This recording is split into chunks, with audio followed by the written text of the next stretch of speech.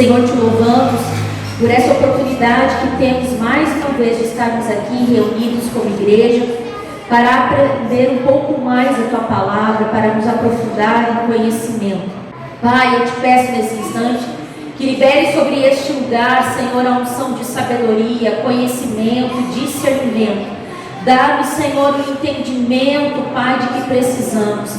E que tudo aquilo que for liberado através do Teu servo, Senhor, venha com uma unção, Pai, com ousadia e destreza, Senhor. Dê a Ele a habilidade de que Ele precisa para nos ensinar, Senhor. Dê a Ele as palavras para que nós venhamos entender tudo aquilo que o Senhor deseja nos ensinar neste tempo.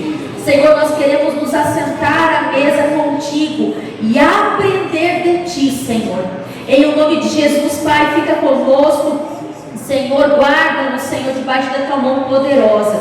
Em o nome de Jesus. Amém. Vamos sentar. Boa noite, Pai do Senhor Jesus. Que bom estarmos mais uma vez aqui. Graças a Deus que nos dá o privilégio. Deus é bom. Bom, vamos dar continuidade então no nosso assunto. Semana passada iniciamos na quarta-feira. Tiramos bons minutos para conversar um pouco, mais uma apresentação pessoal e também sobre os desafios, do estudo, por causa dos desafios que temos para pregar, ensinar, cumprir o que Jesus disse, ir pregar e fazer discípulo. Então, para cumprir essa ordem, hoje sempre foi desafiador, mas no tempo que nós vivemos, sem dúvida esse desafio está cada vez mais desafiador, cada vez mais complicado pregar e expor a palavra, devido aos muitos ataques que tem contra a igreja, contra o evangelho e assim por diante. Então nós iniciamos esta parte de introdução bíblica, iniciamos aí falando, antes de haver uma Bíblia, é meio difícil imaginar isso, mas Deus falava verbalmente com as pessoas, verbalmente, então é isso muito antes, desde Caim encontramos Deus falando. Então havia apenas o testemunho da própria natureza e da consciência que nós falamos. Em Judas, livro aí, a carta de Judas, capítulo, é só um capítulo mesmo, lá no verso 14, diz assim: e destes profetizou também Enoque, o sétimo depois de Adão, ou a sétima geração, dizendo: eis que é vindo o Senhor com milhares de seus santos. O que Jesus está dizendo é que o Enoque já profetizou a vinda de Jesus. Então o Enoque lá, a sétima geração depois de Adão, já profetizou. Então Deus já falava, não era com todos, com algumas pessoas. Depois então Moisés começou, por ordem divina, a escrever. Então aí ele começou a escrever a Bíblia. Quando Moisés então começou a escrever por ordem do Senhor, isso por volta do ano 1440 a.C. Ressaltamos que o autor da Bíblia é Deus, mas ele usou homens, que são então os escritores, que foram em torno de 40 escritores. Você vai encontrar alguém dizendo 41 ou 42, mas é isso. Quando Moisés começou a escrever, nós ressaltamos isso na semana passada. Moisés foi criado seus primeiros 40 anos no Egito, no palácio de Faraó, como adotado da filha de Faraó. Então ele foi instruído e ensinado. Na época eram muito poucos que sabiam ler. Então quando Moisés começou a escrever, ele já tinha sido preparado por Deus em tempos. A escrita já tem história da chamada civilização suméria, que segundo a história foi uma geração 3.500 anos antes de Cristo, isso é bem antes do dilúvio. Então eu falei muitas questões das datas, que é muito difícil calcular ou fechar datas, Depois surgiu o alfabeto, que foi evoluindo. Essa primeira escrita era em desenhos e símbolos, é a escrita chamada de hieróglifos ou cuneiforme. Depois veio para o Egito, usava esse tipo de escrita e evoluiu, certo? Foi evoluindo e surgiu o alfabeto. Então o alfabeto lá dos hebreus, daquele povo daquela região, ela veio evoluindo de uma maneira que se tornou esse alfabeto fonético que a gente chama, como nós temos hoje, o alfabeto e somos dessa maneira. Então a escrita evoluiu. Então no tempo de Moisés já era um pouco melhor essa questão de escrita. Porém, claro, para os primeiros alfabetos daqueles, e até hoje, do povo oriental, se escreve da direita para a esquerda, né? Ao contrário de nós hoje. E outra dificuldade é que eles não tinham vogais, então era só letras consoantes, não tinham vogais, o que era bastante difícil. Só foi incluído vogal no hebraico bem mais tarde, já não era cristão, então aí se tornou um pouco melhor, mas mesmo assim o hebraico antigo não tem as vogais. Lá no Salmo 19, verso 3, que eu falei semana passada, que ele disse assim: os céus declaram a glória de Deus e o firmamento anuncia a glória, enfim, das obras da mão do Senhor. É curioso isso, nós falamos da grandeza de Deus semana passada. Neste Salmo 19, verso 3, isso que eu falei, diz: os céus declaram a glória de Deus e o firmamento anuncia a obra das suas mãos. Um dia faz declaração ao outro dia, uma noite mostra sabedoria a outra noite, e não há ninguém nem fala onde não se ouça a sua voz. Então nós falamos que esse é o testemunho da natureza e o testemunho da consciência, antes da escrita, certo? Mas ela é bem deficiente, porque a natureza diz: existe um Deus, mas não transmite outro tipo de mensagem. Falamos da grandeza de Deus. Eu disse para vocês que a Bíblia é um grande milagre que temos em mãos, e esses detalhes vamos começar a ler daqui para frente, esse grande milagre. Então no Salmo 147, verso 4, diz assim: ele conta o número das estrelas e chama-as a todas pelo seu nome, falando da grandeza de Deus. Lembra que eu citei alguma coisa, desde as coisas mais microscópicas, minúsculas, que é a nossa célula, que é um átomo do elemento químico? Lembra que eu falei isso? Quem é que acabou de passar? E depois falei das grandezas macros aí, espaciais, outras coisas, que é assombroso. Para aqueles que já leram e estudam um pouco disso, né? Claro que a gente é um tanto leigo nisso. Então foi aí que eu citei alguma coisa que eu deixei meio no ar, meio na dúvida assim. Mas, por exemplo, a velocidade da luz que eu citei, ela é 300 mil quilômetros por segundo. Eu disse que a luz do Sol leva em torno de 9 minutos para chegar, não, ela leva 8,3 minutos, mais de 9, né? Para chegar à Terra. Por quê? Porque o Sol está a 149 milhões e 600 mil quilômetros da Terra. É interessante isso. Então, veja bem, depois do Sol, a estrela mais próxima da Terra se chama Alfa Centauri. Ela está a 4,4 anos-luz da Terra. O que é anos-luz? O espaço que a luz percorre durante um ano. Então você veja a luz viajando a 300 mil quilômetros por segundo, vai levar 4,4 anos para chegar na Terra, a luz dessa estrela. Isso quer dizer que essa estrela está assim, aproximadamente 40 trilhões de quilômetros. Aí o nosso sistema solar é como um grão de areia no meio da galáxia, que é essa via láctea que a gente enxerga aí, mareado de estrelas. Aí essa grandeza de Deus diz que a Via Láctea tem 105.700 anos-luz. 105.000 anos-luz. E a gente acha que o nosso Deus é pequeno. Aí a gente descobre que a gente não tem fé. E veja bem, então todas essas grandezas de Deus, estima-se, aí é a questão dos astrônomos aí, né? Astrônomo é uma coisa, astrólogo é outra, né? Todo mundo sabe a diferença? Tá bom, gente? Estamos falando aqui astronomia, não astrologia, tá bom? Então, veja bem, essa Via Láctea, que é essa faixa de estrelas que a gente enxerga à noite, diz que ela tem de 200 a 400 bilhões de estrelas. A galáxia mais próxima da nossa vizinha se chama Andrômeda. Ela tem em torno de 220 mil anos-luz de largura.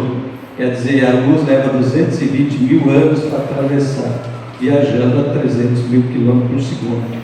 Dá para imaginar essa grandeza? Assusta a gente ou não assusta? E aí dizem que estima-se que nesse universo tem em torno de 10 sextilhões de estrelas. Faltaria espaço para tanto e zero.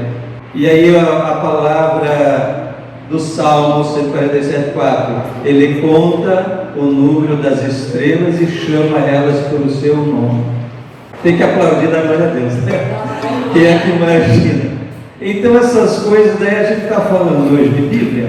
Então esse Deus resolveu se revelar para a gente. E como a gente vai, nós tão insignificantes desse universo tão grande, vamos entender coisas tão grandes e profundas de Deus. Aí a gente descobre que realmente a gente tem que se humilhar e muito, porque realmente Deus não tem como a gente entender, compreender. Então aquilo que nós falamos, que Deus se fez homem e desceu ao nível do homem para poder falar com a gente. Então começou a usar pessoas no seu nível. Aí nós falamos de 40 escritores que Deus usou das mais variadas culturas, conhecimento, época, regiões, aquilo que a gente chama na teologia de abismo cultural, abismo de tempo, abismo de geográfico, porque entre Ásia, África e Europa, que a Bíblia foi escrita no mundo antigo, chamado mundo antigo, aquele mundo em volta do mar Mediterrâneo. Nós falamos então a questão de datas, que é muito difícil, existe muito dificuldade de calcular datas, porque antigamente lá não se tinha um calendário, uma maneira assim, e mesmo no calendário, o calendário que nós usamos hoje, na maioria do mundo hoje é usado, se chama o calendário gregoriano, ele tem 5 anos de erro. Seria como dizer assim, que Cristo nasceu no ano 5 da era cristã, para nós entender. Tem 5 anos de erro de cálculo. Antes do calendário gregoriano era o calendário juliano, que alguns ainda usam nas regiões orientais, lá principalmente os cristãos ortodoxos, que é uma igreja que surgiu de uma divisão antiga da igreja católica, tá? Que tem na região da Turquia. Então alguns ainda usam esse calendário mais antigo, mas foi criado isso para corrigir o que nós temos o chamado ano bissexto, porque com a diferença de rotação do calendário lunar, que era o antigo, ia dando uma defasagem. Então se criou esse ano bissexto, onde tem um dia a mais, né, no mês de fevereiro, para corrigir essa defasagem de minutos que vai tendo dia a dia. Então essa correção, certo? Bom, aí Deus então passa a se revelar de maneira, na nossa linguagem, no nosso nível, a ponto de Jesus vir ao mundo em forma humana. É Deus descendo ao nível do ser humano para poder falar e comunicar seus projetos. A gente falou dos nomes, algumas coisas a respeito de Deus, e ela é bastante, nessa questão de alfabeto, de coisa assim, tem o nome do Senhor, que nós falamos, Jeová, Yahvé, coisa dessa natureza. O judeu não dizia o nome do Senhor, eles não podiam falar, pelo temor, a vezes não falavam. Então essa pronúncia ela se perdeu.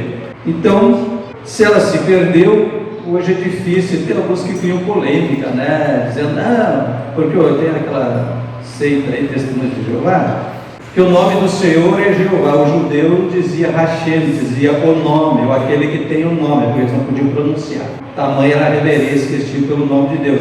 Então, na verdade, se perdeu essa pronúncia. São 4 vogais, YH, WH, como é que se pronuncia isso?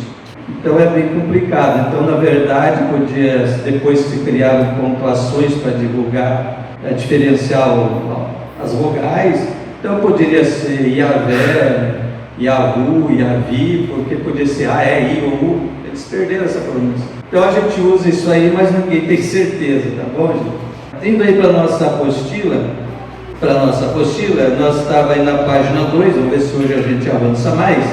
Iniciando ali com as datas, então eu já estava falando de algumas dificuldades de datas, então sempre vai ter alguns conflitos e diferenças. Ah, mas eu ouvi falar que era nessa data, agora eu estou lendo algum livro, alguma coisa está dizendo outra data. Falei porque eles se baseavam num calendário, mas diziam assim, no ano segundo do reinado do fulano, no ano tal, então é muito difícil ter isso, certo?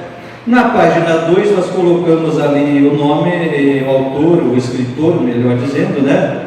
Escritor dos livros e data. Então isso aí, como eu disse, é um dever de casa para vocês lerem, tá bom? Mas falando aqui do Antigo Testamento, começa ali na página 2, por quem e quando foi escrito cada livro da Bíblia. Então eu começo falando do Pentateuco. O Penta é 5, né? Tem lá das origens gregas essa palavra, que são os primeiros 5 livros da Bíblia, que é chamada pelos judeus, né, a Torá, o livro da lei. Só que vale lembrar que o livro santo, então eles têm uma reverência tremenda com a Torá, o judeu a vida toda, né? Desde que Moisés deu. Então esse livro realmente é santíssimo para eles, a Torá. Mas eles têm outro livro chamado Talmud. O Talmud é um livro da chamada tradição ou da lei oral. Então, além deles ter o livro, os 5 livros que Moisés deu, eles tinham toda uma tradição de leis e regras de vida e tudo, né, que era passado oralmente, de geração a geração. E depois do cativeiro da Babilônia, dos 70 anos lá, e daí veio o Império Grego, e o pessoal, muita gente deixou o hebraico de lado e já só falava o grego popular, koiné, dizem, que era o grego comum, que se tornou com a língua comercial. Então muita gente já tinha até esquecido da língua original deles e estavam no grego. Então surgiu essa necessidade. Então estava o risco de se perder essa tradição. Então escreveram, né, os escribas prepararam e escreveram essa lei, esse livro todo. É uma coleção de livros, né, não é só umas. É como a Bíblia nossa, são vários livros que compõem um, que é o Talmud. Então é a tradição oral deles. Então Moisés escreveu a Torá judaica, o Gênesis, Levítico, Números e Deuteronômio, lá por volta de 1446. Aí segue cada um desses livros aí, do Antigo Testamento, depois do Novo Testamento, tá? O último ali, profeta Malaquias, por volta do ano 430 a.C. Então vejam, o Gênesis ali, o Pentateuco foi escrito lá 1446 a seguir, e o último 430. Depois vem o Novo Testamento. Como eu disse, você vai encontrar alguns escritos, às vezes algumas divergências de data, isso é normal. Pode ver que alguns está, como ali, Mateus, entre o ano 50 e 70, calcula-se dentro desse período. Então ninguém pode bater o martelo e dizer foi no ano 60, foi no ano 65, não sei o que. Então vai encontrar essas diferenças aí. Então entre o ano 50 e 70. Marcos e Evaí. Por último, lá na última lista, Apocalipse, por volta do ano 95. Mas tem também alguém que afirma que foi na década de 60, ou seja, no ano 60. Então não há uma certeza, como eu disse, essas coisas. Como eu disse também semana passada, isso desacredita a Bíblia de jeito nenhum, porque o importante é o foco da Bíblia, uma questão de nomes também.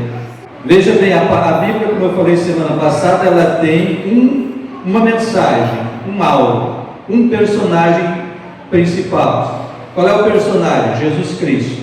Então procure ver sempre Cristo. Mas o Antigo Testamento é cheio de nomes, personagens, tudo são tipos proféticos, e simbologia profética apontando para Cristo e para a nova aliança. Quando você lê dessa maneira, você interpreta muito melhor, você compreende por quê. Então a Bíblia se ocupa de focar na pessoa de Jesus Cristo, porque Ele é o grande restaurador prometido, que veio para salvar e restaurar a humanidade para Deus. Então o foco da Bíblia é a salvação da humanidade. Então precisa olhar isso. Então esse é o foco. O que está fora disso a Bíblia não se preocupa. Por exemplo, quando faz genealogia, diz assim que Adão teve o Abel e o Caim matou Abel, depois ele teve Sete, da qual veio a linhagem piedosa, e Caim a linhagem ímpia. Aí só depois diz assim, Adão teve filhos, gerou filhos e filhas. Quantos? Quando? Não sabemos, não interessa. O que a Bíblia está falando é aqueles que estão envolvidos no processo que aponta para a salvação. Aí cada um dos personagens você vai ver, gerou fulano e gerou fulano, e depois viveu tantos anos e gerou filhos e filhas. Pronto, o resto não interessa, entendeu? Então a Bíblia vai naqueles que estão envolvidos de uma forma ou de outra, fazendo parte do processo, do plano. Então Deus falava, antes de haver a Bíblia, com algumas pessoas, não era com todo mundo. Então por isso que nós vamos entender, na época muito precária, a escrita, até antes de haver uma escrita, as primeiras escritas, como falei, eram com desenhos. Então, devido ao contexto, como interpretar os desenhos, então tudo tinha datas exatas, coisas exatas para a gente calcular. Então, pessoas que ficam hoje fazendo cálculos, até para ver o arrebatamento, a volta de Cristo, não sei o que, é impossível você calcular uma data por causa dessas diferenças todas. Mas a credibilidade da palavra está exatamente no seu alvo, seu objetivo, seu conteúdo, e não em exatidão de datas ou coisas assim, que não importa muito. E eu acho que muita coisa até por um propósito de Deus mesmo, né? Se nós soubéssemos o dia que ele vem buscar a igreja e dar um fim nessa história toda aqui, aí ia ser diferente as coisas. Na página 4, o item 3. O que nós chamamos de Bíblia hoje? Lembra que eu disse que é o grande milagre que tem na mão. Esses escritos sagrados, ou oráculos, mensagens, coisa divina, que assim vieram até nós por meio dos judeus, e nós chamamos isso então de Bíblia, Escritura Sagrada e Palavra de Deus. São os termos que são usados. E isso todos são corretos, né? A definição canônica então da Bíblia, a palavra Bíblia, livro do Senhor, é derivado do grego que significa os livros, porque eles são vários livros agrupados e formam o grande livro, o livro. Então é correto chamar isso de o livro, e aparece na Bíblia algumas expressões chamando de o livro do Senhor. Outro nome que se usa, Escritura Sagrada. Escritura e Sagradas Escrituras são termos usados também, e que também aparecem na própria Bíblia. Esses termos, como está aí algumas referências para vocês lerem e conferir depois, tá? Então são termos corretos. Palavra de Deus também é correto. Lembra que nós falamos, inclusive diz assim: veio a palavra do Senhor ao profeta tal, ou o profeta diz: e veio a mim a palavra do Senhor. O Senhor ordenou Moisés a escrever suas palavras. Então é a palavra de Deus, sem dúvida alguma. Uma expressão bastante comum hoje, a gente diz isso, que a gente está sempre falando aqui e ali, então a gente já falou e não sabe onde foi. Mas, por exemplo, até há poucos dias, esse pregador bem conhecido aí, Marco Feliciano, botou um vídeo se desculpando por uma gafezinha que ele cometeu, e o pessoal caiu a crítica. Imagina, o cara é famoso, né?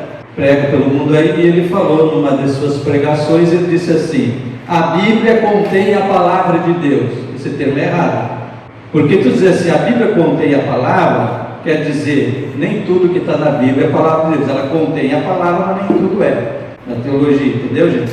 Então o correto é assim: a Bíblia é a palavra de Deus, de início a fim, toda ela. Já disse, toda a Escritura divinamente inspirada, toda ela. Então a Bíblia é a palavra de Deus, não é a Bíblia contém. Aí fica aquele, entendeu? Então ele teve que fazer um vídeo depois, pedir desculpas, explicando, que no entusiasmo da pregação ele falou. Só que isso é que os que contestam a palavra estão dizendo por aí, algumas linhas de interpretação, tá certo? Mais adiante ali, revelação, inspiração e iluminação.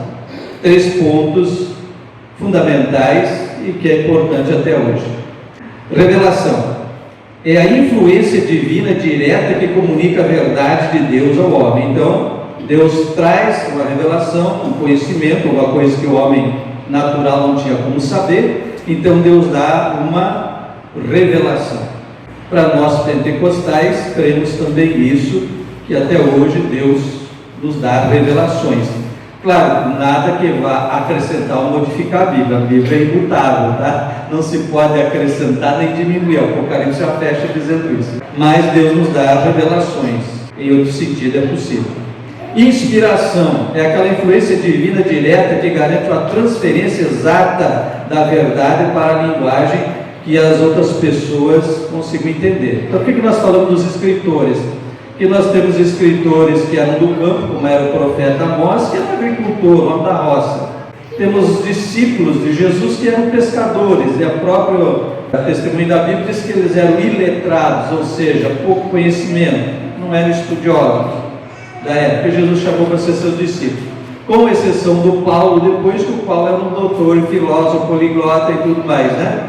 Reis, homem sábio, como o próprio Moisés que falamos.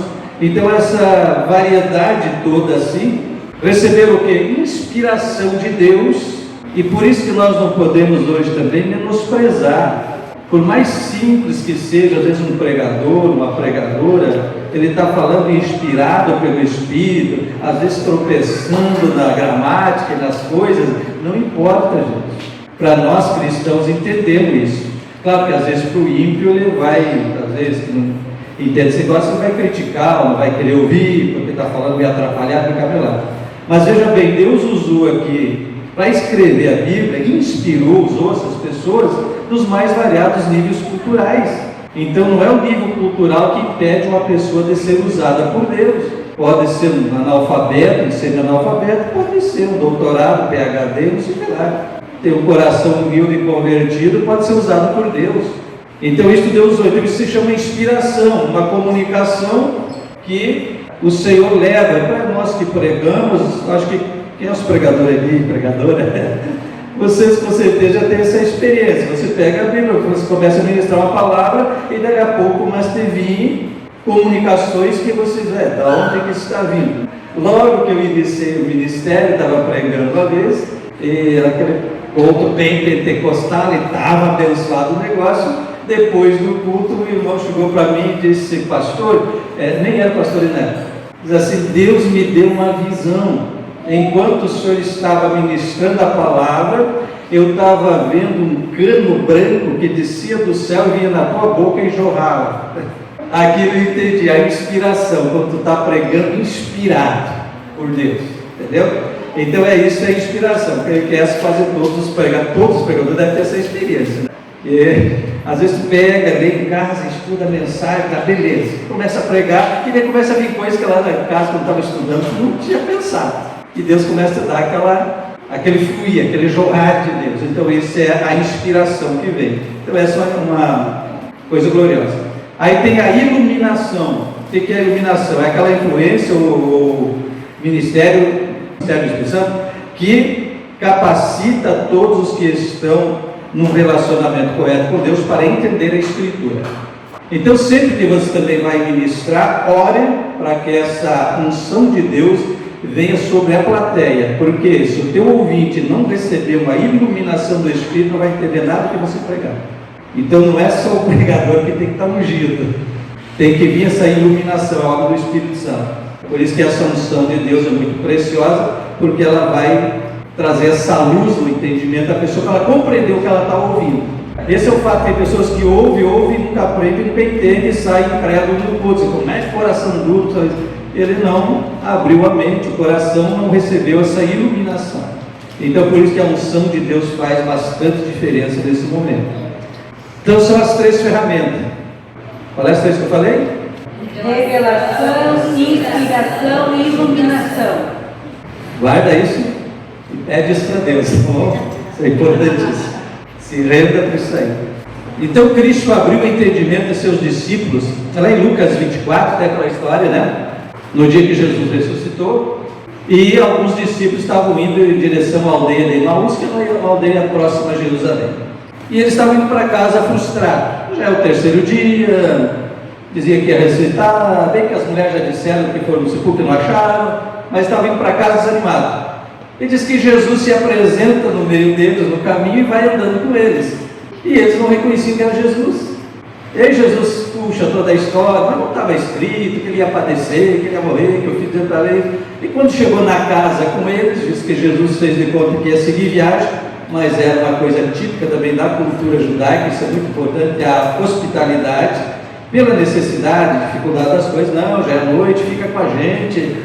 Não fica, posa com a gente, já é noite, é perigoso. Está aí na hora da oração, agradecer pelo pão, repartir o pão. Diz que Jesus como que abriu os olhos deles, foi a iluminação, e eles disseram: mas é o mestre. E aí Jesus sumiu no meio deles, e apareceu mais tarde.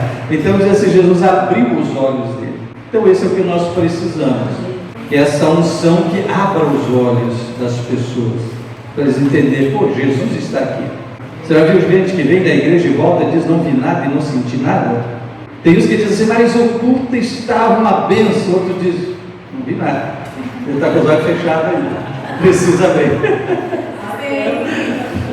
Entendeu? Então Jesus abriu o entendimento deles. E eles então reconheceram. Então finalmente, tanto a revelação quanto a inspiração podem ser diferenciadas da iluminação, em que a última é prometida a todos os crentes. A iluminação, todos nós precisamos. Senão não tem como entender o Evangelho, né? Foi ela que nos ajuda a entender. 1 Coríntios 2,14, que diz que o homem natural não entende as coisas de Deus, as coisas espirituais, porque elas são espírito e só se discernem espiritualmente. Então a Bíblia não é um livro qualquer que você pega ali e lê de qualquer maneira. Um livro natural. Ela é um livro espiritual e só pode entender pelo Espírito. Então por isso que tem pessoas que lêem, não entendem, que cria polêmica, inventa história. Então há poucos dias eu estava ouvindo um videozinho de um pastor, nem sei o que é, por acaso caiu o que ele estava ouvindo, me chamou a atenção o título, e ele estava contestando exatamente os milagres da Bíblia.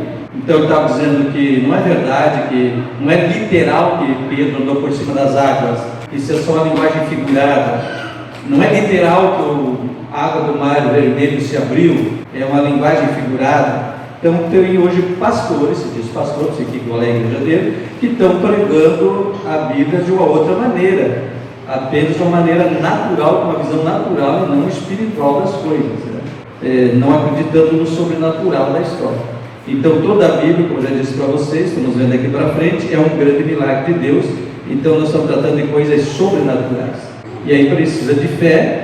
E realmente tem muita coisa a Bíblia que a gente só entende e aceita pela fé. Quem não tem fé nunca vai aceitar nem entender, né, essas histórias. Como foi escrito então o Pentateuco? Então já falamos alguma coisa da escrita e quando Moisés começou a escrever, tá? Então como Moisés escreveu os primeiros 5 livros?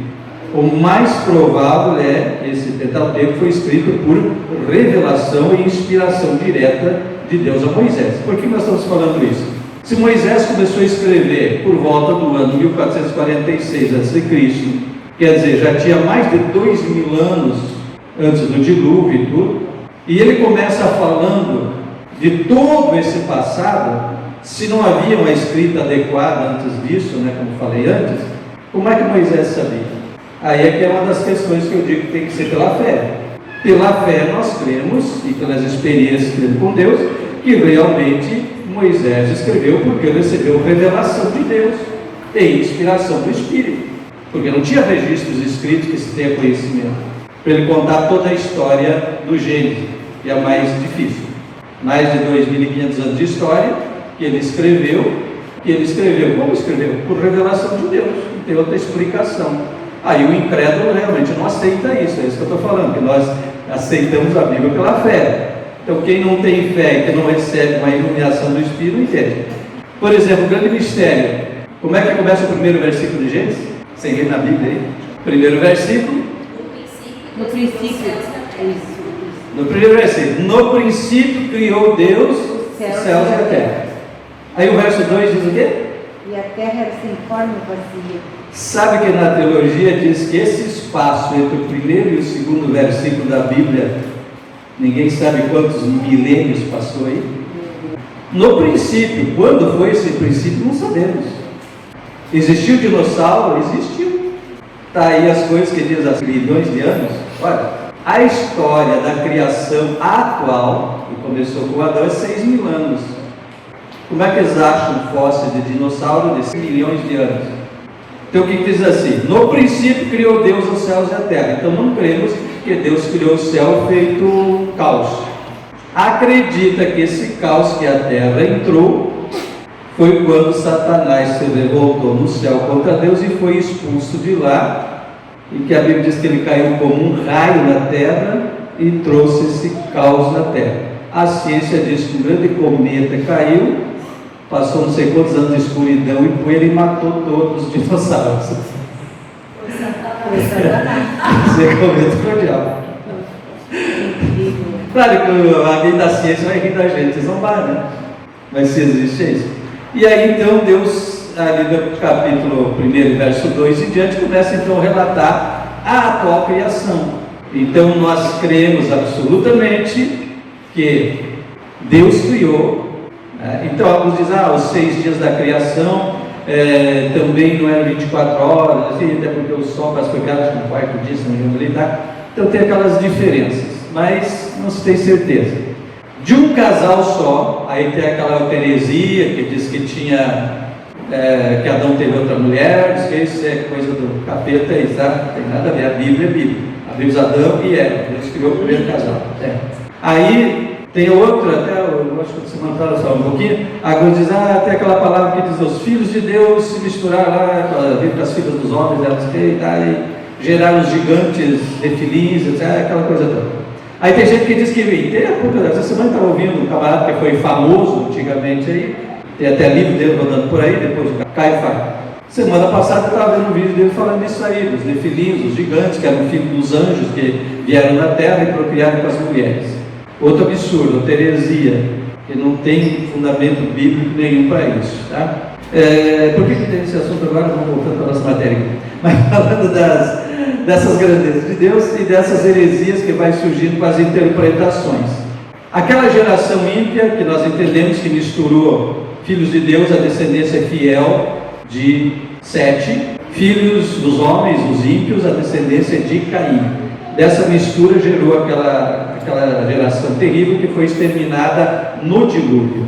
O que aconteceu? Depois do dilúvio surgiu uma nova geração a partir de Noé. E daí Noé teve 3 filhos. Então a nova geração que temos hoje são dos 3 filhos de Noé. Então nós entendemos que em tudo isso há, sim, o controle de Deus e não aquelas heresias que se diz. Então esses conhecimentos também vieram passado. Você vai fazer as contas, o Noé, ou seja, o Abraão, que foi o primeiro patriarca, ele viveu aproximadamente 58 anos contemporâneo de Noé. Então Abraão conheceu Noé. E o filho de Noé, o Sem, do qual vem a descendência semita, esse povo judeu e outros do Oriente Médio, o Sem viveu até a época de Jacó. Então, bem provável que Jacó também tenha conhecido o Sem, filho de Noé, porque eles viveram muitos anos, cada um viveu muitos anos aí. Então, se passava essa tradição, essas informações oralmente, até quando Moisés começou a escrever. Então, com certeza, Moisés tinha esses conhecimentos, revelação, inspiração e conhecimento histórico. Se ele ouviu do próprio Noé a história do dilúvio. Só que quando a gente lê pensando na nossa geração, que quando vive mais de 80 é uma grande vitória, e esquecemos que Adão viveu 930 anos, Matusalém 969 anos, o homem que mais viveu, o Noé viveu 600 mais 300, 950 e poucos anos, conheceu o Moisés, tem que fazer as contas, mas depois do dilúvio ele viveu 300 e alguns anos, né?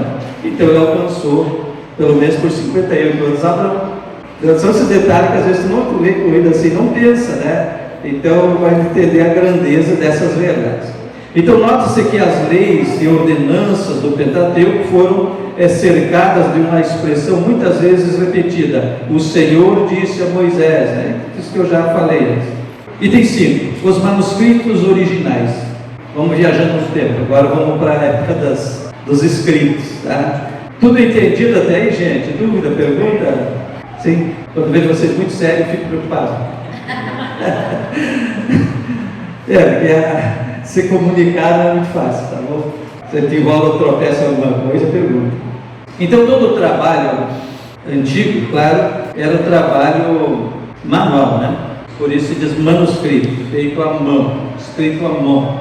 Tecnologia da época. Então se escrevia muito os primeiros escritos em tabletes de argila, por isso que se acha até hoje cavacos de cerâmica, coisa desde antes como eu falei, 3.500 anos antes. Falei semana passada na região chamada Mesopotâmia. Essa palavra quer dizer região entre rios. Qual rio? Eufrates e Tigre, na região do Iraque. Até falei que estudiosos dizem que o jardim do Éden ficava naquela região do Iraque até a região da Síria, aquela região ali. Então, na história e com esse estudo eles dizem assim, que a Mesopotâmia é o berço da civilização. Então você acha na arqueologia essas coisas antiguíssimas naquela região, tá? Então aí começa os escritos, e depois já no tempo de Moisés os egípcios já viram essa técnica dos pergaminhos, a pele de animais, e ali diz animais limpos. Vamos lendo aqui.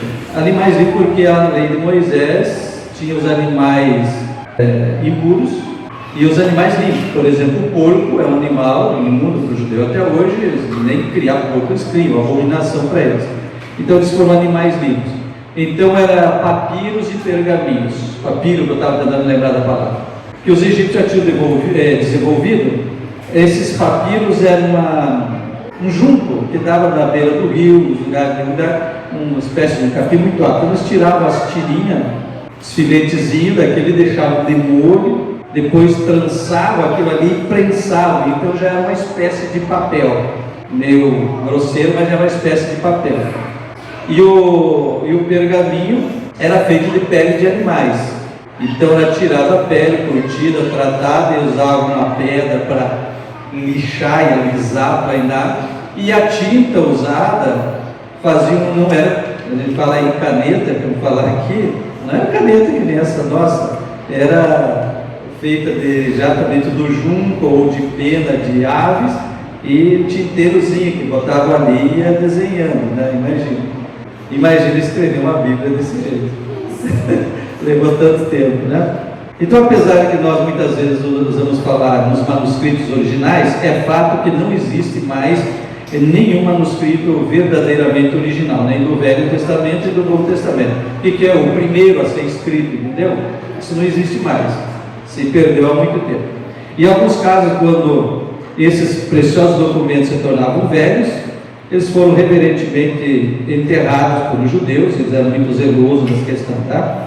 E usavam cópias autênticas em lugar delas. Então estava um manuscrito já muito velho, danificado, eles faziam outro igual, autêntico, enterravam de maneira reverente, nível respeito pela palavra de Deus, enterravam aquele para não ter nenhum problema, e conservavam novas cópias. Então dizer original é essas cópias, na verdade, não é o primeiro a ser escrito. Lembrando assim que eles passaram também por muitos casos, né? Nós que foram perdidos durante guerras, também catástrofes, incêndio, então se perdeu realmente muita coisa. Então é o que eu falei antes, você vai ver que a Bíblia é um grande milagre para ter ultrapassado aqueles tempos precários de tecnologia e tudo que nem sequer sonhava, e se preservar e ter até hoje, realmente é milagre. Mesmo quando o Novo Testamento foi escrito, parece que os manuscritos originais já tinham sido perdidos. Então, quando a Bíblia inteira foi completada pela primeira vez, constituiu de cópias hebraicas do Velho Testamento, junto com a tradução grega do hebraico, conhecida como Septuaginta, no 3º século a.C. Então, lá por volta de 300 a.C., foi concluída. Lembra que eu falei antes? Moisés começou a escrever, e depois falei do último livro do Antigo Testamento, o profeta 430. Malaquias, ano 430. Moisés começou a escrever por volta de 1446, Malaquias 430, antes de Cristo.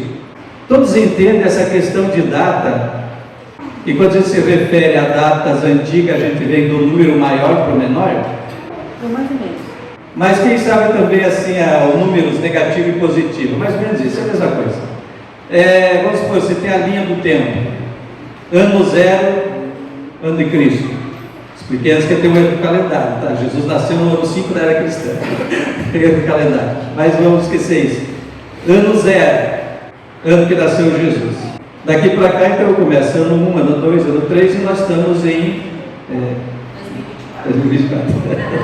Então, de Cristo para cá, nós estamos no ano 2024. Quando vai voltando de Cristo para lá, é como ir para o número negativo. Mas como nós pegamos a história lá de Adão, então a gente diz, do ano tal ao ano tal. Então a gente está vindo mais para perto. Tu pega do número maior para o número menor. Porque está vindo mais para perto do zero. Tu está vindo de lá para cá. Então é o contrário. Então por isso, quando você se refere a datas antigas, você diz assim, por exemplo, o que nós falamos ali, um livro que foi, acho que Pentateuco mesmo aqui, escrito por volta do ano, do ano 1446 até o ano 1406, veio do número maior, que está lá mais longe, vindo mais para cá, daqui continua para cá, até que chega no zero, tipo os números negativos. Então é curioso isso, que às vezes a gente olha, parece que está invertido o negócio, não é assim mesmo. Tá, então já não existiam os originais antigos, explicamos isso aí, foram cópias de cópias, né, que vai ficando, tá? Então essa cópia é grega. Essa tradução, já vou falar um pouquinho mais para adiante, a Septuaginta, então no 3º século a.C., foi escrita. Você vê que o tradicional sempre enfrenta alguma dificuldade, então até ali era em hebraico, no Antigo Testamento hebraico. Eu falei a questão da língua. Lembra da visão de Daniel, que ele viu uma estátua cabeça de ouro, peitos de prata, quadris de bronze e pernas de ferro e barro. Aí o que aconteceu? Daniel diz para Nabucodonosor: a cabeça de ouro é você, a Babilônia. Então foi chamados 4 grandes impérios mundiais. Então, primeiro, Babilônia, cabeça de ouro, Nabucodonosor, aquela história toda. Veio o grego. Aí o grego se tornou o idioma oficial, virou o idioma comercial, tipo o inglês de hoje. É chamado também helenista, que vem do grego.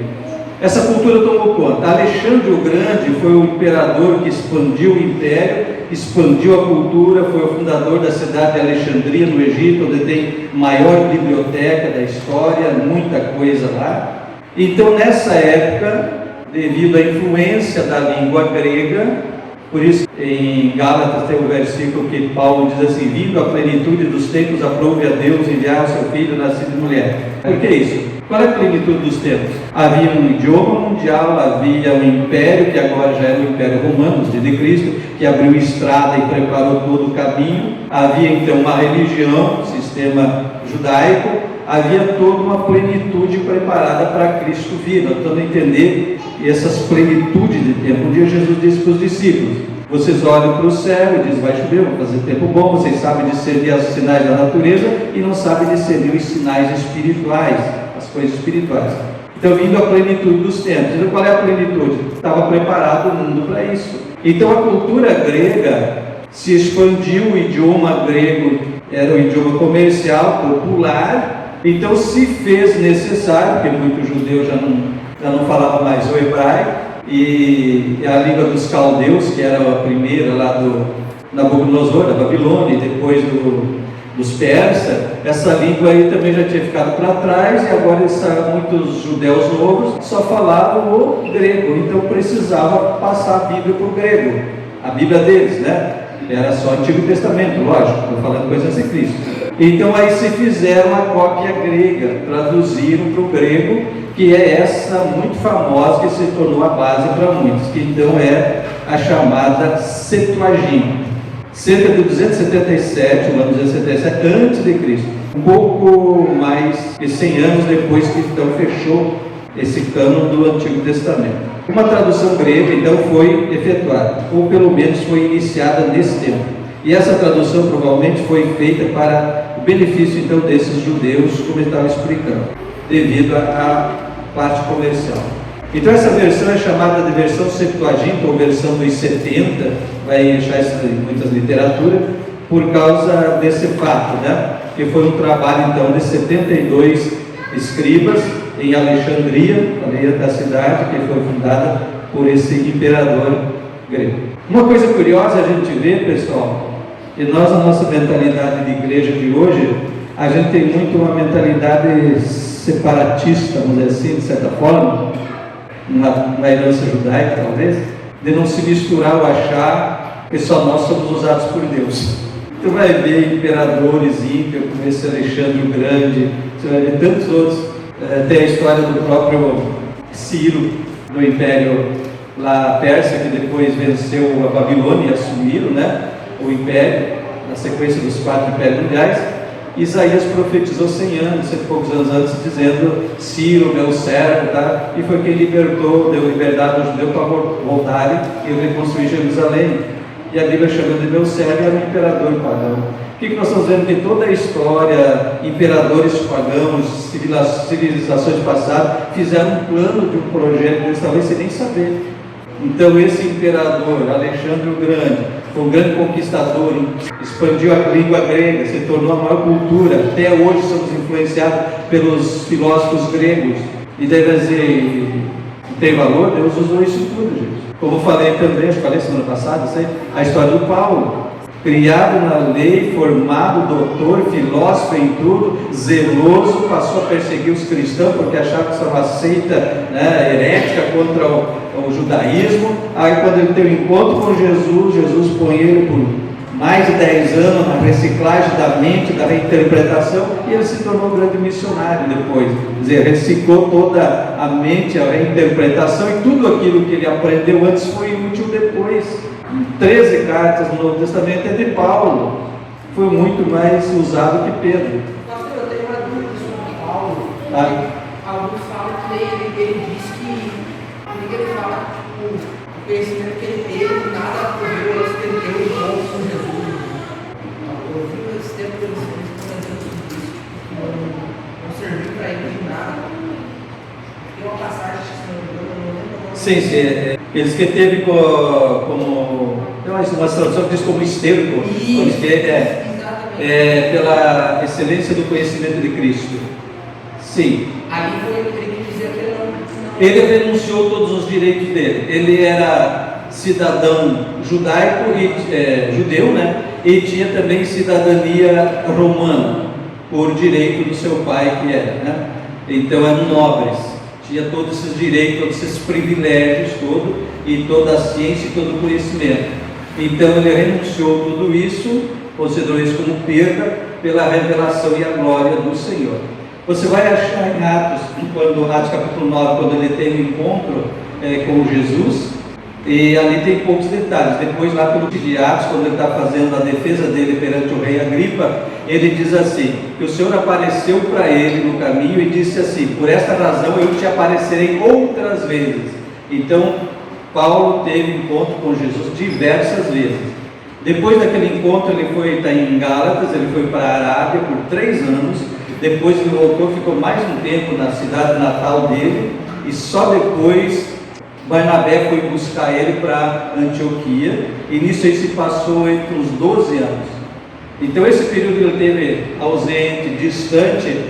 O que a gente entende? Que foi um período em que Deus mudou, Jesus Cristo aí mudou a mentalidade dele. Toda aquela ciência que ele tinha antes, de lei, de tudo, ele passou a interpretar pela nova visão trazida por Cristo e não mais pela visão judaica antiga. Então entendeu todas as profecias, simbologias e tudo. Veja bem, quando Jesus derruba ele na poeira lá e ele diz: quem és tu? E ele diz: eu sou Jesus a quem tu persegues. Como? Então na mentalidade dele não era Jesus, ele estava perseguindo. Aí quando Jesus se apresenta e diz: eu sou Jesus aquele que tu persegue, aí ele ficou chocado. Ficou 3 dias sem comer, jejuando e orando, né? Isso sim era bom.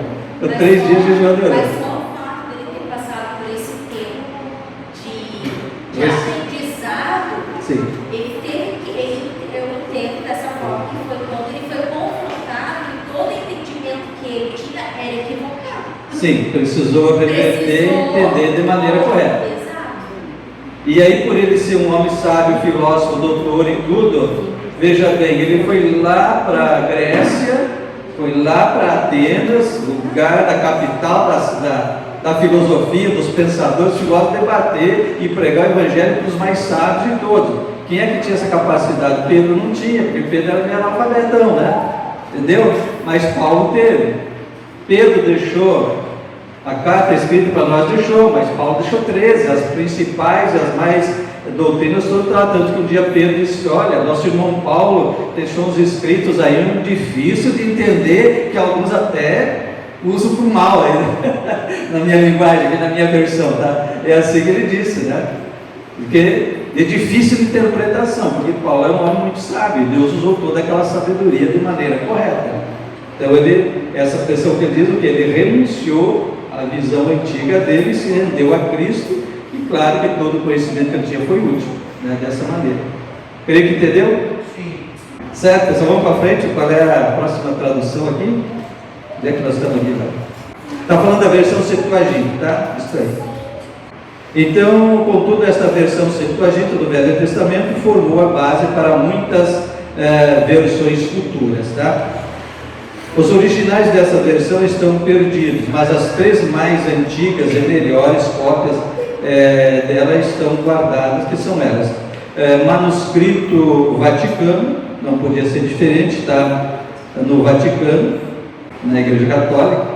Então esse manuscrito Vaticano, que é uma cópia da Septuaginta, está de posse então da Igreja Católica em Roma, ou no Vaticano, tá? O manuscrito Sinai. Essas coisas são empolgantes, eu adoro isso, a gente vai conversando, vai se empolgando e vai indo, e um assunto vai puxando o outro, e também está fugindo da matéria, né? Porque são muito curiosos. Mas aquilo que eu disse para vocês primeira quarta-feira, semana passada, que o estudo, tu não tem aquele resultado imediato, mas quando tu vai aumentando a tua bagagem de conhecimento, tu começa a associar uma coisa daqui, outra de lá, é que tu começa a ter a alegria e o entusiasmo dessa visão, começa a ampliar a tua visão. Então hoje nós estamos falando alguma coisa de judeu aqui, eu estou sentindo a sua necessidade de falar um pouquinho da história do judeu, para a gente poder entender em mais detalhe. Porque a Bíblia tem que levar em consideração essas coisas, a cultura, a geografia, essas regiões que nós falamos semana passada, que ela envolve povos, regiões, montes, vales, mares e tudo. Então conhecer e estudar um pouco disso ajuda a compreender melhor a palavra, né? Então a gente está falando também aqui de datas, de alguma coisa do judeu. Então a gente tem que entender lá, quando vem de Abraão, Isaac e Jacó, daí a família de Jacó vai para o Egito, passa 430 anos no Egito, como o Senhor falou a Abraão, que a descendência ia passar. Aí Moisés vai lá e tira, passa 40 anos no deserto, aí Josué assume, passa o Jordão, conquista Jericó, e daí se estabelece o período dos juízes, por cerca dos 400 anos, o período dos juízes. Aí vem o período dos reis, que dura 200 e poucos anos, ali perto de 300, a história dos reis. Aí acontece no ano 722 a.C., que a Síria se levanta como império e leva cativo o Israel. O que era Israel? Porque depois do reinado de Salomão, Jeroboão, filho dele, dividiram o reino, e ficou o reino do norte e o reino do sul. Reino do sul, Judá e Benjamim, 2 tribos pequenas, e reino do norte, as outras 10 tribos. Aí a Síria, no ano 722, domina e escraviza os assírios, o reino do norte, Israel. E uma das práticas dos impérios antigos era assim: eles extraviavam a população exatamente para destruir a cultura, a religião e tudo mais, extraviavam pelo império todo. E aí mandavam outras pessoas para aquela região, faziam uma mistura. Aí surgiu o samaritano, porque Samaria era a capital do reino do norte, entendeu? Passam 100 e tantos anos depois, de profeta Jeremias e outros dizendo, olha, aí profetizando para ajudar o que sobrou, o reino do sul, se converte, se arrepende, deixa a idolatria, porque senão vai vir um reino do norte aí, e vai escravizar, e vai levar, e não deram ouvido. Aí veio a Babilônia, que foi o primeiro grande império mundial, poderoso, levou Judá para o cativeiro, 70 anos, profetizado por Jeremias, foi para lá, 70 anos. Desses 70 anos, daí quando encerrou, veio aquela história que eu falei antes, o rei Ciro da Pérsia, que já não era mais a Babilônia, já era a Pérsia, liberou eles e eles voltaram. Quem é que voltou? O pessoal do reino do sul, o Judá e Benjamim, porque restou tinha ido para a Babilônia. Voltaram a reconstruir a história de Neemias, Esdras, o sacerdote Josué, reconstruíram. Entra ali o profeta Ageu, entra nessa história da reconstrução. Aí passa mais 400 anos, chamado interbíblico, até os dias de Jesus. E aí ficou aquela rivalidade do judeu, que era o pessoal do Reino do Sul, com os samaritanos lá do norte. E esses samaritanos não são mais judeu legítimo. É aquela mistura que a Síria tinha feito 100 e tantos anos antes, entendeu?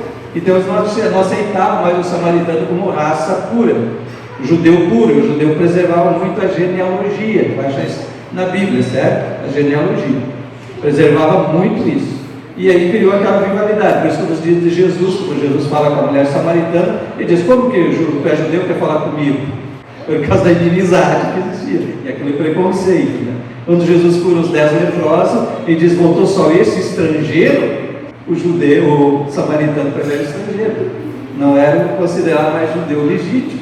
Então vê que é difícil hoje saber quem são as 10 tribos originais dos judeus. Essa visão, acho mais geral, assim, ajuda a gente a se situar e compreender um pouco melhor as coisas. E entender melhor essas coisas da Bíblia também. Quando você lê essa passagem aí, então a vida de Jesus, você vai ver muito essa história desses confrontos cultural ali que existia com esses problemas. Tá, mas voltando para as versões da Bíblia aqui, que é 15 minutos mais, né?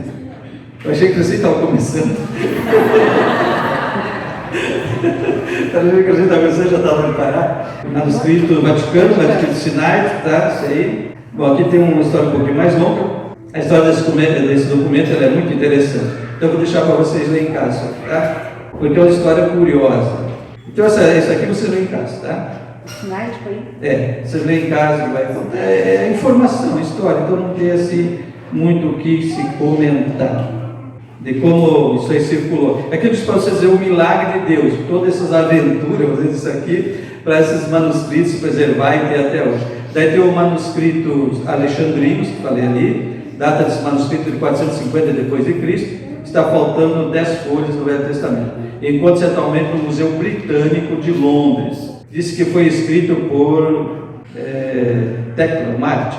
Provavelmente foi escrito em Alexandria, no Egito. Falei essa Alexandria, tá? Esse aqui é curioso pelo seguinte, ó. Vamos ler. Provavelmente foi escrito em Alexandria, no Egito, em 1621. Foi levado a Constantinopla. Constantinopla é na Turquia, região da capital, lá da Turquia, Istambul, que houve uma época lá, agora não lembro exatamente o ano, eu tenho que dar uma olhada, que se dividiu a igreja romana, ficou chamado Cisma do Oriente. Se pesquisar por esse nome, Cisma do Oriente, você vai achar muita matéria. Eu não lembro agora exatamente o ano. Mas se a igreja romana se dividiu, ficou uma sede em Roma e uma sede em Constantinopla. Existe até hoje a igreja ortodoxa que ficou em Constantinopla. Então se dividiu. Então veja bem, em 1621 então foi para Constantinopla, onde ficou, agora tem que ler o ano, tá? E em 1624 foi presenteado ao embaixador britânico na Turquia, para ser observado pelo rei James I, na Inglaterra. Então esse foi o mesmo rei James que autorizou a versão de toda a Bíblia em inglês, e que foi completada em 1611, que nós temos na mão aí a Bíblia King James. Essa aí. E depois o manuscrito foi aceito por Carlos I em 1627 e colocado na Biblioteca Real. Finalmente, em 1757, o rei Jorge II presenteou a biblioteca à nação britânica, e o manuscrito e o código inicial passou a ser então usado pelos tradutores bíblicos. Então essas aventuras, tá? Depois teve a chamada Vulgata. Então essas duas traduções, Septuaginta, lá do 3º século antes de Cristo, versão grega do Antigo Testamento, certo? E esta versão Vulgata, que já inclui o Novo Testamento, elas se tornaram a base, as principais traduções que temos até hoje, certo? Então já no século II da era cristã, o latim havia substituído o grego. Veja a importância das línguas e das culturas desses impérios. Então a língua grega, agora já no 3º século, no 2º século depois de Cristo, já estava predominando o latim e não mais o grego. E aí então se fizeram uma cópia da Bíblia em latim. E essa veio ser a base que os católicos usaram por muito tempo, rezavam missa em latim, aquela coisa toda, que foi um dos problemas da reforma. Tá, não indo para frente, eu fui lá para frente já. Lembra? Então a versão Vulgata. No século II da era cristã, o latim substituiu o grego e ficou por muitos anos então a linguagem diplomática da Europa. Vocês sabem que há muitos idiomas que se originaram do latim. O nosso português é origem latim, o espanhol, o francês, o italiano, né, são de origem latina, derivados do latim. O português foi o último deles, o último idioma a sair do latim. Então veja bem, nesse período já era o latim, então se traduziu a Bíblia agora já completa, né, Antigo Testamento e Novo Testamento, porque o Novo Testamento foi escrito ali no início tudo em grego. Lembra? A língua grega predominava nos dias de Cristo. Então o Novo Testamento é todo escrito em grego, no seu original. E daí no 2º século, então foi devido à influência do latim e não mais do grego, então se escreveu, se traduziu para o latim. Então essa versão Vulgata latina, certo? Língua em latim. E aí então a Bíblia usada por muito tempo. Foi efetuada uma tradução das Escrituras no norte da África, da Septuaginta, para que todo o povo que falasse latim pudesse ler a palavra de Deus. Lembrando que nem todo mundo era alfabetizado, eram poucos que liam, eram os novos, vamos dizer assim. Então é conhecido como Vulgata, a palavra latina que significa fazer comum ou público, né, conhecido. Então essa versão foi então usada pela igreja da Europa e da África até o tempo da Reforma, quando começaram a usar as versões em seus próprios idiomas, tá? No século IV foi feita uma revisão da Vulgata por Jerônimo, estudante santificado que tinha acesso aos antigos manuscritos hebraicos. E essa revisão era tão importante que, junto com a Septuaginta, tem influenciado as traduções que se seguiam, né? Por 1000 anos. Esta foi a Bíblia oficial da Igreja Católica, a Igreja Romana. Uma curiosidade, essa foi a primeira Bíblia a ser impressa, certo? Lá no ano 1456, quando o alemão, aquele Gutenberg, inventou a primeira prensa, né, de tipos móveis, e quando se inventou as primeiras prensas para imprimir coisas. E o primeiro livro que foi impresso foi a Bíblia, e foi exatamente essa Vulgata latina. Curiosidades e coisas maravilhosas. Volto a lembrar, eu falei desde quarta passada, que a Bíblia é o maior, ou um grande milagre que eles têm na mão. Lembre que de todo esse tempo, debaixo de oposição e perseguição, dos que ousaram fazer esses empreendimentos, sofreram perseguição dos conservadores, não queriam tirar da língua hebraica, não queriam tirar do outro, depois não queriam tirar do latim para o povo, e era aquela dificuldade, tá bom, gente? Versão da Bíblia em inglês. A versão de João Wycliffe, difícil dizer isso, tá? Mais ou menos assim, 1383 a.C. Aqui já estamos chegando na pré-reforma. Aí tem outras coisas interessantes, assim, de história, gente, que é muito complicada, é muita coisa. Por exemplo, nós estamos falando de antes da Idade Média. Idade Média, o que é? Idade Média vai de 476 a.C. até 1400 e pouco. É a chamada Idade Média. Nesse período teve, mais ou menos aqui junto da Reforma, teve o chamado Renascimento, teve depois o período iluminista, Reforma, pré-reforma, Reforma, contra-reforma, que foi a reação da Igreja Católica contra a Reforma. Então é muita história, tá, gente? Então não dá para a gente ir misturando tudo aqui, vai complicando um pouco. Mas para nós entender, então, essa versão em inglês desse Wycliffe, esse cara já foi da pré-reforma, já tinha as ideias reformistas e vinha combatendo e lutando. Lembrando que mais tarde, que não está aqui na apostila, é uma coisa que deveria se acrescentar aqui, o Lutero, ele traduziu a Bíblia para o alemão. Então foi tão importante a tradução do Lutero da Bíblia para o alemão, a Alemanha lá, quanto desse Wycliffe para a Inglaterra, a importância dessas traduções. Então, quando a Bíblia começa a se popularizar, certo? Porque era muito fechado, mesmo quando no latim os padres católicos proibiam o povo de ter a Bíblia, só o padre podia ter. Então, quando esses homens pré-reformistas e reformistas começaram a querer dar a Bíblia para o povo, muitos deles foram mártires, né, da história, né? E depois se levantou a perseguição católica contra os protestantes, queimavam Bíblia, e queimavam pessoas, e matavam, e queimavam Bíblia, queimavam, mas não conseguiram queimar tudo. Ela chegou até nós, graças a Deus. Eu disse para vocês, os milagres. Então essa versão, João Wycliffe era um dos homens mais eruditos do seu tempo, veja isso. Tem sido chamado o primeiro protestante, porque pregou por muitos anos, proclamando as verdades bíblicas e protestando contra os erros da Igreja Católica da época, né? A Igreja Católica da Idade Média, que então governava as igrejas da Inglaterra. Muitos poucos sabiam ler o latim, e Wycliffe defendeu o direito de cada homem ler a Bíblia para si mesmo. Ele resolveu dar aos ingleses uma versão no seu próprio idioma.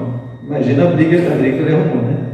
Então ele foi muitas vezes preso, perseguido, vituperado, porém com a ajuda milagrosa de Deus conseguiu o seu intento e fez uma versão da Bíblia inteira da Vulgata para o inglês. Falamos antes da Vulgata latina, certo? Então conseguiu traduzir do latim para o inglês. E falei mais tarde, depois desse aqui, o Lutero fez para o alemão, traduziu para o alemão. Então, para o inglês. Naquele tempo, um escriba levava 10 meses para copiar, o que era, né, caro e difícil. Está na hora de parar? Vamos parar por aqui. Antes de encerrarmos, mais alguma dúvida, alguma perguntinha, alguma coisa? E a Bíblia brasileira, a